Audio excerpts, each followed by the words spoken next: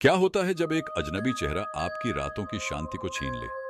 आइए जानते हैं वो अजनबी चेहरा की डरावनी कहानी।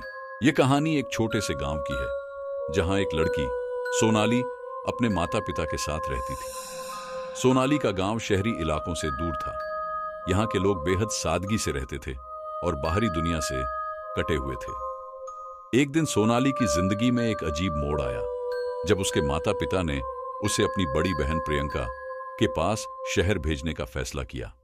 प्रियंका बहुत समय से शहर में अकेले रह रही थी और सोनाली की मां चाहती थी कि सोनाली कुछ समय प्रियंका के साथ बिताए। सोनाली को शुरू में यह विचार अच्छा नहीं लगा क्योंकि वह अपने गांव और अपने छोटे से घर से बहुत जुड़ी हुई थी। लेकिन अपनी मां की बात मानकर वह प्रियंका के पास शहर चली गई। प्रियंका का घर शहर के एक पुराने मोहल्ले में था जहां चारों ओर घनी इमारतें और सुनसान गलियां थीं। प्रियंका ने सोनाली को अपने घर का एक छोटा सा कमरा दिया था जो पुराने समय के फर्नीचर से भरा हुआ था।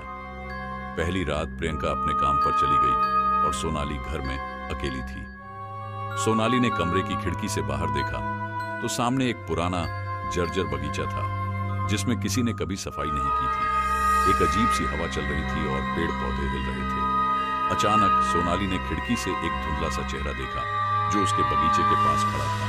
वह चेहरा बहुत ही अजनबी था, एक अजनबी व्यक्ति का चेहरा जो धीरे धीरे धुंधला हो गया और फिर गायब हो गया। सोनाली डर के मारे कांपने लगी। वह सोचने लगी कि यह उसका भ्रम है, लेकिन उसके दिल में एक अजीब सी घबराहट हो रही थी। रात भर उसने कुछ अजीब आवाजें सुनी, जैसे किसी के कदमों की आवाजें उसके कमरे के पास से आ रही हों। सुबह प्रियंका आई और सोनाली से पूछा, क्या तुम ठीक हो? सोनाली ने उसे सारी बात बताई, लेकिन प्रियंका हंसी और बोली, तुम बस थक गई होगी, ये यहां पुराने मकान के कारण होती है। लेकिन सोनाली को विश्वास था कि वहां कुछ और था जो उसे समझा नहीं पा रही थी। अगले कुछ दिनों में सोनाली ने महसूस किया कि वह अकेले नहीं थी। हर रात वह अजनबी चेहरा फिर से उसे दिखाई देता और कभी कभी वह बगीचे में चुपके से किसी को देखती, लेकिन जब वह बाहर जाती तो वहां कोई नहीं होता था। एक रात सोनाली ने प्रियंका से कहा, मुझे यहां कुछ गड़बड़ लगती है। वह चेहरा, वह हमेशा मुझे देखता है। प्रियंका ने फिर से उसे हंसते हुए कहा, तुम्हें ज्यादा डरने की जरूरत नहीं है। लेकिन प्रियंका की बातों से सोनाली का डर और बढ़ गया। अगली रात सोनाली ने फैसला किया कि वह उस अजनबी चेहरे का पीछा करेगी। जैसे ही रात गहराई, सोनाली खिड़की से बाहर देखने लगी। अचानक वही धुंधला चेहरा बगीचे के पास खड़ा था। इस बार सोनाली ने सोचा कि वह सीधे बाहर जाएगी।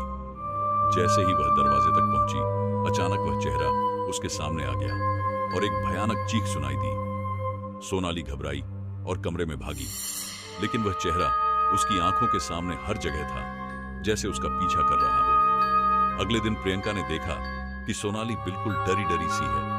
वह घबरा कर कहने लगी, प्रियंका, वह चेहरा, वह मेरा पीछा कर रहा है।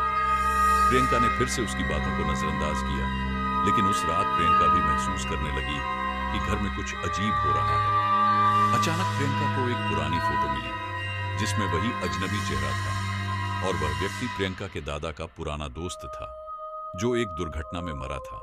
प्रियंका ने उसी समय वह फोटो सोनाली को दिखाई और दोनों को एहसास हुआ कि वह आत्मा अब भी इस घर में बसी हुई है। प्रियंका और सोनाली ने एक स्थानीय तांत्रिक से मदद ली जिसने बताया कि वह आत्मा अपने अधूरे काम को पूरा करने के लिए यहां बसी हुई थी। तांत्रिक ने एक पूजा का आयोजन किया और घर की सफाई की। पूजा के बाद वह आत्मा शांति से चली गई और सोनाली को चैन मिला। कहानी का अंत। सोनाली और प्रियंका अब उस घर में बिना डर के रह सकती थी, लेकिन सोनाली ने हमेशा उस अजनबी चेहरे को याद रखा जो एक भूतिया आत्मा का था और कभी भी रात के समय अकेले बाहर जाने से डरने लगी।